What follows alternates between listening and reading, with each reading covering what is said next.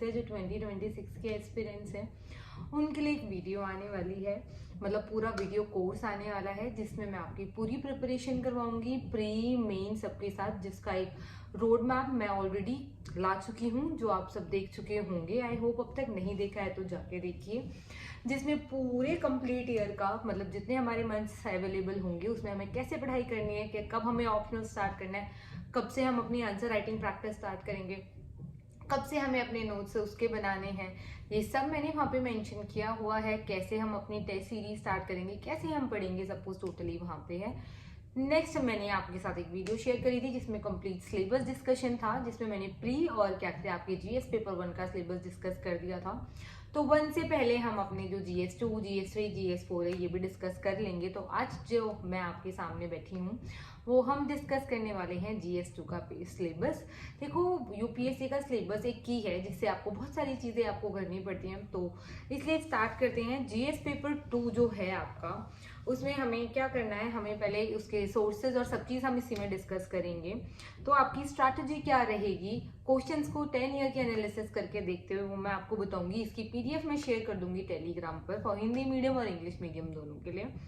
तो हमारे सोर्सेज जो होंगे ईच टॉपिक के लिए वो मैंने आपको बताया है। आप अपनी एनसीईआरटी से स्टार्ट करेंगे, बेसिक्स आपके एनसीईआरटी से स्टार्ट होंगे, ठीक है। आपके सोर्सेज जो बेसिक में जो रहेंगे वो रहेंगे आपके, एक तो आपको 11th क्लास की एनसीईआरटी पढ़नी है, दोनों आपकी 11th क्लास की एनसीईआरटी रहेंगी, ठीक है। और 12th क्लास की आपकी जो वर्ल्ड पॉलिटिक्स है वो रहेगी, वो आपको पढ़नी पड़ेगी, जिसमें आपका इंटरनेशनल रिलेशन कवर होता है। इस तब मैं मोटा मोटा अगर टॉक करूँ, हम माइक्रो टॉपिक्स पर भी जाएंगे, जो हमारे माइक्रो टॉपिक्स रहेंगे। तो अभी जो मैं आपको ऊपर ऊपर मतलब एक जो सिलेबस है, मोटे मोटे जो उसके वर्ड्स हैं जिनको हम कह देते हैं हेड पॉइंट्स, वो मैं आपको बताती हूँ। वो हमारे क्या हैं, governance, constitution, polity, social justice, international relation, ठीक है। ये जो हमारे मेन पॉइंट्स हैं इनके अंदर ही हमारा पूरा सिलेबस रिवॉल्व करता है। देखिए मैं आपको एक चीज़ बताती हूँ, बहुत डिटेल सिलेबस यूपीएससी ने दिया हुआ है। अगर GS 2 का पेपर है तो वो बहुत डिटेल में दिया हुआ है कि उसमें टॉपिक्स हैं आपके हेड पॉइंट्स, उसमें आपके सब टॉपिक्स हैं, उसमें आपके सब टॉपिक्स इसलिए दे रखे हैं क्योंकि आपको, ताकि कोई कंफ्यूजन ना हो। हम कह देते हैं कि हमें नहीं पता यूपीएससी का सिलेबस, हमें नहीं समझ आता है, नहीं कर पाते हैं, इसलिए मैंने बहुत ही सिंपल वे में आपके लिए सिलेबस रखा है। माइक्रो टॉपिक्स, क्योंकि देखो आपकी प्रिपरेशन स्टार्ट ही सिलेबस से होती है, अगर वही नहीं समझ आएगा तो कोई पॉइंट नहीं है तैयारी करने का। नेक्स्ट थिंग जो मैं आपको बताना चाहूँगी वो ये है कि जो ये माइक्रो टॉपिक्स हैं इनसे आपके क्वेश्चंस आते हैं डायरेक्टली, ठीक है। अगर आप ये कोई माइक्रो टॉपिक्स ही नहीं पता होगे तो आप पढ़ोगे कैसे। और माइक्रो टॉपिक्स भी ऐसा नहीं है कि चलो आपने पॉलिटी है, पॉलिटी उठा के सारी पढ़ ली। कुछ टॉपिक्स जो दिए हैं मैंने वो आपको पहले वीडियोस में भी बताया है कि ये सब टॉपिक्स बहुत इंपॉर्टेंट है। आप समझ लीजिए, अगर आपने अपना सिलेबस अच्छे से ग्रैब कर लिया, ठीक है, मैं बता रही हूँ, टॉपर्स हो या यूपीएससी एस्पिरेंट हो जो बहुत सीरियसली ये पढ़ाई कर रहे होंगे, वो रट लेते हैं या फिर एक डायरी में लिख लेते हैं। मैं यही भी नहीं बोलूंगी कि आप रटो, लेकिन पढ़ते पढ़ते पढ़ते पढ़ते आपको खुद चीज़ें याद हो जाएंगी कि पॉलिटी में ये है, इसमें वो है, तो आपको खुद चीज़ें समझ आने लगेंगी। तो आपका जो पॉइंट मैं बता रही थी वो ये है कि ये सब टॉपिक्स, माइक्रो टॉपिक्स भी मैंने इंक्लूड कर रखे हैं, तो आपको समझ आ जाएंगी चीज़ें। तो मैंने आपको बताया ये लक्ष्मीकांत आपको पढ़नी है। देखो लक्ष्मीकांत के कुछ सिलेक्टेड चैप्टर्स पढ़ने हैं, मैं आपको हर सोर्स बताऊंगी जहाँ से आपको क्या क्या चीज़ें मिल जाएंगी, ठीक है। लक्ष्मीकांत आपको पूरी नहीं पढ़नी है क्योंकि देखो वो प्री की तरफ ज़्यादा है, मेंस के लिए थोड़ा, मतलब मेरे अकॉर्डिंग मेंस के लिए हमें थोड़ा सा और सोर्स मटेरियल चाहिए होता है। तो लक्ष्मीकांत पूरी पढ़ने की जरूरत नहीं है, जो मैं बताऊंगी उतने सोर्सेज से आप लिमिटेड रहिए। आप यकीन मानिए कि मैं खाली अपने ही उससे नहीं बता रही हूँ, कभी आप सोचो कि, क्योंकि अभी देखो मैं आपको अपनी स्ट्रैटेजी या बुक लिस्ट कंप्लीट तब बोलूँ कि मेरा सिलेक्शन हो जाए तो मैं आपको शॉर्ट बता सकती हूँ, ठीक है। लेकिन हाँ मेंस तक गई हूँ तो कुछ हद तक तो मैं आपको चीज़ें बता सकती हूँ कि मतलब मैं मेन से इंटरव्यू तक जाने के बाद आपको कुछ चीज़ें हद तक बता सकती हूँ कि आपको कहाँ से क्या पढ़ोगे वहाँ से आपको मटेरियल मिल जाएगा।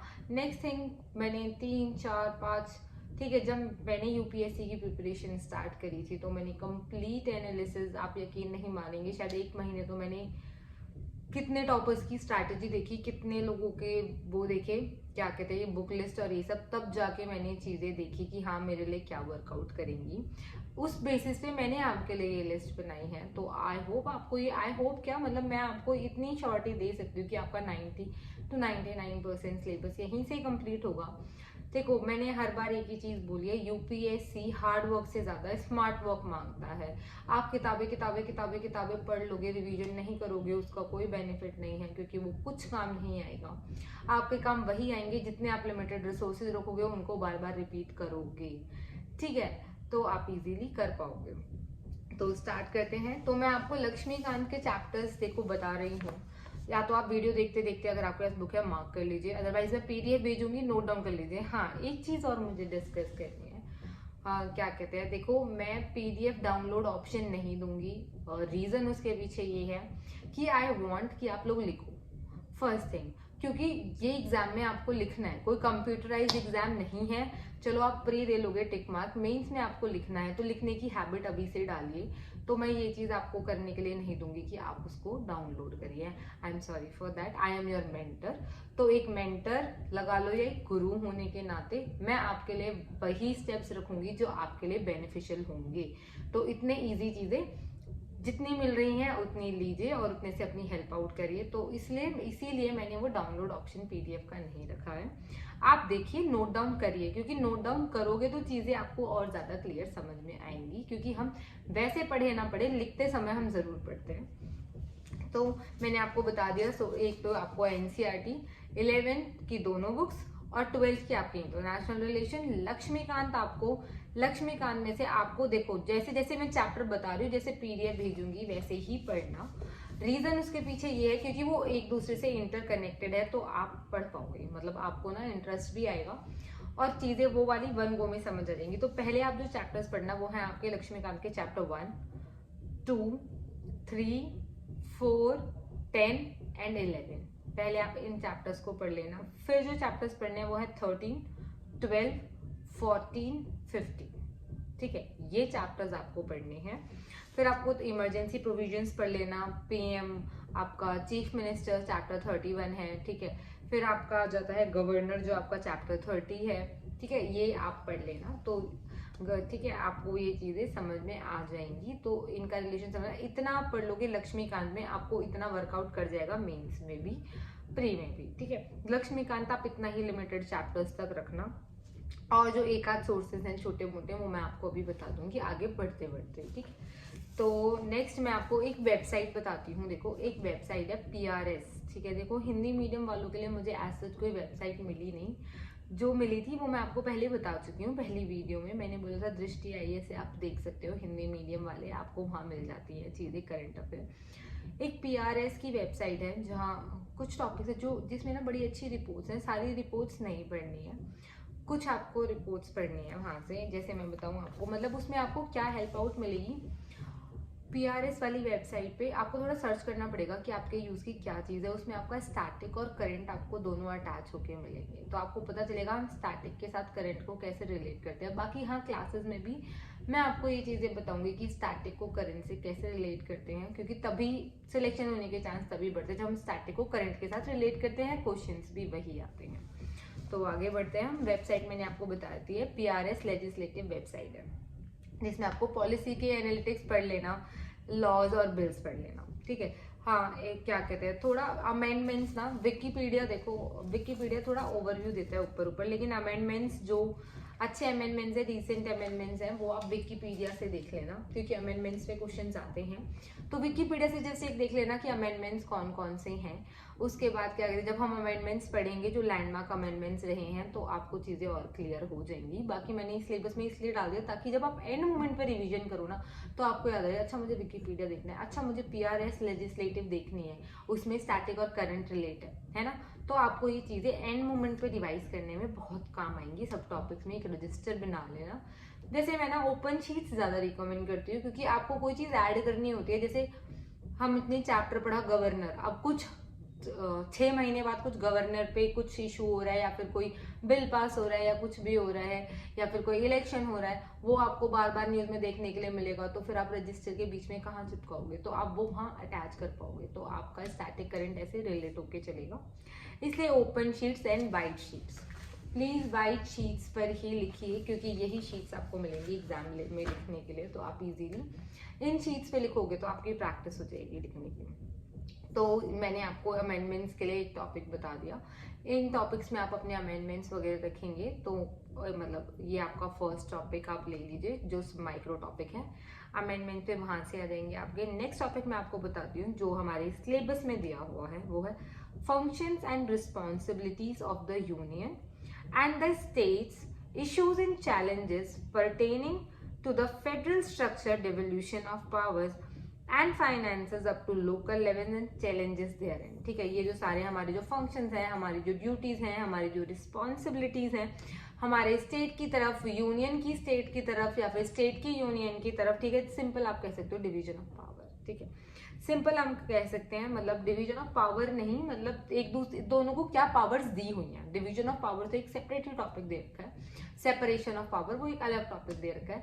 मतलब बेसिकली एक दूसरे की तरफ किसकी क्या रिस्पॉन्सिबिलिटी है वो। ठीक है, हिंदी मीडियम वाले ये मतलब सिलेबस, अगर मैं ये वीडियो ऐसे डालूंगी तो वो बहुत लंबी हो जाएगी, लेकिन आप ये टॉपिक जाके पढ़ेंगे तो मैंने आपको एक ओवरव्यू दे दिया है कि रिस्पॉन्सिबिलिटीज के ऊपर हैं चीजें, तो रिस्पॉन्सिबिलिटी आप समझ जाएंगे। ठीक है, इतना कोई हार्ड एंड फास्ट रूल नहीं है कि नहीं समझ आएगा, इतनी इंग्लिश आज के टाइम में सब जानते हैं। ठीक है, तो ये हमें जो उनके फंक्शन है, जो उनका काम है, जो उनकी ड्यूटी है, जो उनकी रिस्पॉन्सिबिलिटीज है, ये सब पढ़ने। और मैं एक चीज और आपको बताऊंगी, अगर आप क्वेश्चंस देखोगे ना तो सर चकराता है क्वेश्चन देखे यूपीएससी का। अच्छा यार, ये तो हमने बुक भी पढ़ ली, ये क्वेश्चन तो हमें आ ही नहीं रहा। तब आपको ये सिलेबस काम देता है। सिलेबस खोलोगे, आप देखोगे एक क्वेश्चन में 3 की पॉइंट्स दिए होते हैं। फंक्शन क्या है, रिस्पॉन्सिबिलिटी क्या है, फिर उसमें दिया होता है कि मतलब आप इसे कंक्लूड करके बताइए कि ये कितना वर्कआउट कर रहा है। टॉपिक्स यही है आपके, जस्ट उसको तीनों को मर्ज करके दे दिया। ऐसे क्वेश्चन आते हैं तो आई होप आपको वो इजीली हो जाएंगे, आप करेंगे तो। लेकिन थोड़ा सा माइंड ऑफ प्रेजेंस रखना है। माइंड की प्रेजेंस रखेंगे तो आप डिकोड कर पाएंगे। ऐसे ही हमें सिलेबस को डिकोड करना होता है, इसीलिए मैं सेपरेट वीडियो बना रही हूँ। चाहती तो एक नॉर्मल सा सिलेबस खोल के दिखा देती टा टा टा टा टा पढ़ के कि ये आपका सिलेबस है और आप कर लीजिए, लेकिन मैं ये नहीं चाहती। अगर हम पढ़ रहे हैं तो हम बहुत अच्छे से पढ़ रहे हैं या फिर हम ना पढ़ें। ठीक है, तो सिलेबस अगर हमारा एक इतना इंपॉर्टेंट पार्ट है इस प्रिपरेशन का, तो उसको भी हम अच्छे से ही डिस्कस करेंगे। हम इसे ऊपर से क्यों डिस्कस करें जब हमें चीजें पढ़ने, ताकि कल को मैं भी आपको कुछ पढ़ाऊं तो आपको ये पता रहे मैं सही हूं या मैं गलत हूं। अगर मतलब आप कहीं अपना टाइम इन्वेस्ट कर रहे हो मेरे साथ 4 घंटे, तो आप सोचो आप अपनी 1 ईयर में से कितना टाइम मेरे साथ स्पेंड कर रहे हो, उसमें मैं आपको गलत पढ़ा दूं तो वो चीज़ गलत है मेरे अकॉर्डिंग भी। और मैं कहूँगी आपको भी ये चीज़ें हर टीचर के साथ देखनी चाहिए। ये आपके लिए भी गलत है कि आप कहीं, अगर यहाँ तो मैं पेमेंट नहीं ले रही, लेकिन अगर आप कहीं पे करते हो और आपको नहीं पता होता कि क्या पढ़ना है और यूं ही बस पढ़ने चले जाते हो, तो प्लीज़ इस चीज़ को ध्यान रखिए आगे के लिए भी, इन फ्यूचर के लिए भी। ठीक है, तो इसलिए बोल रही हूँ सिलेबस लिख के रखिए। जहां मैं गलत पढ़ाऊं या गलत बोलूं, हाँ मुझे भी पॉइंट आउट कर दो। मुझे भी डर लगे आपको पढ़ाते हुए कि नहीं मेरे बच्चों को पता है कि क्या पढ़ना है और कैसे पढ़ना है, राइट। तो मेरे एक्सपीरियंस को ये चीजें पता होनी चाहिए, क्या सही है क्या गलत है। तो प्लीज ये सिलेबस जरूर नोट डाउन करिएगा। नेक्स्ट आ जाता है आपका separation of powers between various dispute. ठीक है, सेपरेशन ऑफ पावर हमारी मतलब स्टेट लिस्ट, यूनियन लिस्ट जो दी हुई है, सेंटर लिस्ट, तो इन सब की जो हमारी सेपरेशन ऑफ पावर है, इनके बीच में क्या डिस्प्यूट होते हैं। डिस्प्यूट मींस कौन से ऐसे टॉपिक्स है जिन पे स्टेट करेगा, कौन से ऐसे टॉपिक्स है जिन पे यूनियन करेगा। ठीक है, हमारी कॉन्करेंट लिस्ट है, कब ऐसा होता है स्टेट और सेंटर क्लैश में आते हैं, इनका मैकेनिज्म, इंडियन कॉन्स्टिट्यूशन की जो हमारी स्कीम्स है, ठीक है, इनका कंपैरिजन। देखो मतलब हम ये कितना, देखो कितनी छोटी चीज है जो हम इग्नोर कर देते हैं यूं झट से, और हम यूपीएससी हमसे पूछता है। इसमें क्या आपको सिंपल बताना है, हमने कहाँ से क्या बोरो किया है। ठीक है, ये हम पढ़ते हैं किताबों में, फिर हम कभी उन कॉन्स्टिट्यूशंस को कंपेयर करते हैं कि वहाँ का कॉन्स्टिट्यूशन कैसा है और यहाँ का कैसा है, और यूपीएससी के सिलेबस में ये लिखा हुआ है। और अगर हम सिलेबस नहीं पढ़ेंगे तो हम उनको कंपेयर करेंगे ही नहीं। फिर हम कह देते हैं कि ऐसे क्वेश्चंस आते हैं कि हमें पता ही नहीं होता कि ऐसे क्वेश्चंस आते हैं। इसलिए सिलेबस इंपॉर्टेंट है यूपीएससी का। आई होप अब आपको ये चीज़ समझ आ गई होगी। तो हमें ये पढ़ना है, इंडियन कॉन्स्टिट्यूशन के कंपैरिजन पढ़ने हैं, जहां जहां से हमने बोरो किया वहां के कॉन्स्टिट्यूशंस को अपने कॉन्स्टिट्यूशन के साथ कंपेयर करेंगे। जब हम अपनी एनसीईआरटीज कंप्लीट कर लेंगे उसके बाद हम सिलेबस के अकॉर्डिंग भी, सॉरी एनसीईआरटीज के बाद हम स्टैंडर्ड पढ़ेंगे, स्टैंडर्ड के बाद फिर हम अपने कीवर्ड्स देखेंगे, जो हमारा टॉपिक छूट जाएगा वो भी हम पढ़ेंगे। ठीक है। नेक्स्ट आ जाता है हमारा पार्लियामेंट और स्टेट लेजिस्लेचर। उनका स्ट्रक्चर क्या है, उनके फंक्शन क्या है, उनका बिजनेस क्या है और कैसे उनको मतलब क्या पावर्स उनको दी हुई हैं, क्या प्रिविलेजेस हैं उनके, ठीक है, और क्या इश्यूज अराइज होते हैं, ये हमारा इसमें दिया हुआ है। नेक्स्ट पॉइंट आ जाता है आपका, मैंने आपको बताया था कंपैरिजन वाला, ठीक है, Indian constitution schemes with that other countries, जो मैंने आपको बताया ये आपको मिल जाएंगे, वैसे लक्ष्मीकांत में ये चीजें आपको मिल जाएंगी। फिर हमारा आ जाता है पार्लियामेंट एंड स्टेट लेजिस्लेचर, जो है आपका लक्ष्मीकांत का चैप्टर 12 एंड चैप्टर 33, ठीक है। पार्लियामेंट और स्टेट लेजिस्लेचर दोनों के बारे में पढ़ना है हमें। फिर एग्जीक्यूटिव, जुडिशरी और क्या कहते हैं इनके क्या मिनिस्ट्री ऑफ डिपार्टमेंट है, ये भी आपको मिल जाएगा लक्ष्मीकांत में। प्रेशर ग्रुप्स, ठीक है, प्रेशर ग्रुप्स भी हमें पढ़ना है। प्रेशर ग्रुप्स क्या होते हैं, मतलब प्रेशर ग्रुप्स मीन जो इलेक्शन के टाइम पे बोलते हैं ना वोट दो, आपने सुना होगा, कई बार मार के वोट दिलवा लिए, बैलेट बॉक्स चुरा लिया, उनको हम प्रेशर ग्रुप्स कहते हैं। कुछ लीगल होते हैं, कुछ इलीगल होते हैं, जब हम पढ़ेंगे आपको चीजें समझ में आ जाएंगी। प्रेशर ग्रुप्स में आपका चैप्टर 64, 69, 70, एक चैप्टर और है मुझे याद नहीं आ रहा, लक्ष्मीकांत में chapter 64, 65, I hope so 64, 65 and your 90, नहीं 64, 69 एंड योर 90 चैप्टर, 70 चैप्टर, ये 3 चैप्टर्स हैं, आप याद कर लीजिएगा। मैं इसमें मेंशन कर दूंगी अभी, आज जैसे ये वीडियो स्टॉप करती हूँ मेंशन करके पीडीएफ भेजूंगी। 64, 69 एंड योर 70 प्रेशर ग्रुप्स का, ठीक है। एक चैप्टर और है लक्ष्मीकांत में, आप देख लेना, आपको पता चल जाएगा, प्रेशर ग्रुप्स ही उसकी हेडिंग होगी, ठीक है। फिर आ जाता है representation of people act. People act क्या होता है, वो रिप्रेजेंटेशन, देखो इसका आपको बहुत अच्छा मिल जाएगा, मैं बताती हूँ। विजन है ना, विजन पे आपको पीपल एक्ट का जो पूरा वो है मतलब मटेरियल, पूरा मटेरियल क्या मतलब 1-2 पेज के उसके नोट्स बन जाएंगे, जब मैं पढ़ाऊंगी तो आपको वहीं से पढ़ाऊंगी, बाकी मैं आपको बता देती हूँ। विजन में आपको इसके नोट्स मिल जाएंगे, हिंदी मीडियम इंग्लिश मीडियम दोनों के लिए। नेक्स्ट आ जाती है हमारी गवर्नमेंट पॉलिसीज, हमारी स्कीम्स, हमारे वेलफेयर इश्यूज। फिर हमारे एसएचजी सेल्फ हेल्प ग्रुप्स, हमारी एनजीओज, ये सारा हमारा आ जाता है। ये सब आपको मिल जाएगा आपके उसमें क्या कहते हैं, आपके बुक में आपको लक्ष्मीकांत, मैंने रिसोर्सेज बता दिए। एक रिसोर्स मैं आपको और बताना चाहूंगी, जब हम पढ़ लेते हैं ना मतलब एंड ऑफ दिसंबर या जनवरी की स्टार्टिंग में एक पीटी 365 आती है, 2 पार्ट्स में आती है पीटी 365 विजन की, हिंदी मीडियम इंग्लिश मीडियम दोनों के लिए। उसमें क्या होता है कि आपका ये जो एनजीओज होते हैं, एसएचजीज होते हैं, आपके सेल्फ हेल्प ग्रुप्स होते हैं, इन सब की चीज़ें उसमें दी हुई होती हैं, आपके थोड़ी करंट और स्टैटिक का मतलब एक पूरा इंट्रैक्शन उसमें दिया होता है, लेकिन वो आती तब है जब आप आधा टाइम आपका पढ़ाई का निकल जाता है, क्योंकि उसमें करंट रिलेट होता है आपका स्टैटिक पार्ट से। For a overview and revision आप वो खरीद सकते हैं, वो ले सकते हैं। बाकी जब पीटी 365 आती हैं तो मैं उनके ऊपर क्लासेस भी, अभी मैं 2024 में जो एक्सपीरियंस दे रही हूँ तो पीटी 365 की क्लासेस मैं उनके लिए भी बनाऊंगी, तो वो मैं बनाऊंगी एंड में, जब आप 2025 वाले एक्सपीरियंस की जब देने की बारी आएगी। बाकी अगर आप बाय कर सकते हो तो बाय कर लीजिएगा, नहीं कर सकते तो मैं आपको पढ़ाऊंगी, नोट्स भी दूंगी, तो कोई इशू नहीं है। तो ये था पूरा आपका GS2 पेपर का सिलेबस। नेक्स्ट हम कल कर लेंगे GS3 और GS4 का सिलेबस, ऐसे करके आपकी चीज़ें खत्म हो जाएंगी, ठीक है। बाकी आपका पता ही है, पूरा रोड मैप में डाल चुकी हूँ शेड्यूल। अगर आपको वीडियो पसंद आए तो लाइक भी करिए, शेयर भी करिए and please subscribe the channel. Next चीज़ ये बोलूँगी, जितना ज़्यादा अगर किसी और को भी हेल्प चाहिए हो तो आप ज़्यादा से ज़्यादा इसको शेयर करें, ताकि और भी ज़्यादा लोग सब्सक्राइब कर सके और जिनको क्लासेस लेनी हो वो क्लास ले सके। PDF मैं आपको भेज दूंगी इंग्लिश मीडियम और हिंदी मीडियम टेलीग्राम पर।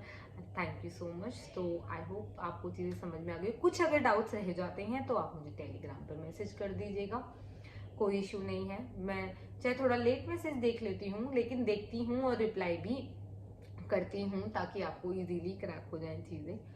तो NCERTs के साथ हम आगे बढ़ेंगे 1 जनवरी से, तो अच्छे से नए दिन से नया साल, नया दिन और नई शुरुआत अपनी प्रिपरेशन की तरफ। जितना हार्ड वर्क करोगे उतना आपको हार्ड वर्क पे करेगा, and I am sure about it, ठीक है। तो all the best for the further journey and all the best to me. I hope मैं आपको अपना 101% दे पाऊँ, और मेरे साइड से किसी का सिलेक्शन हो तो इससे बड़ी खुशी तो मुझे होगी ही नहीं कुछ भी। And thank you so much for trusting me for this. जिन लोगों ने मेरे को सब्सक्राइब कर रखा है इस चीज़ के ट्रस्ट के लिए, थैंक यू सो मच।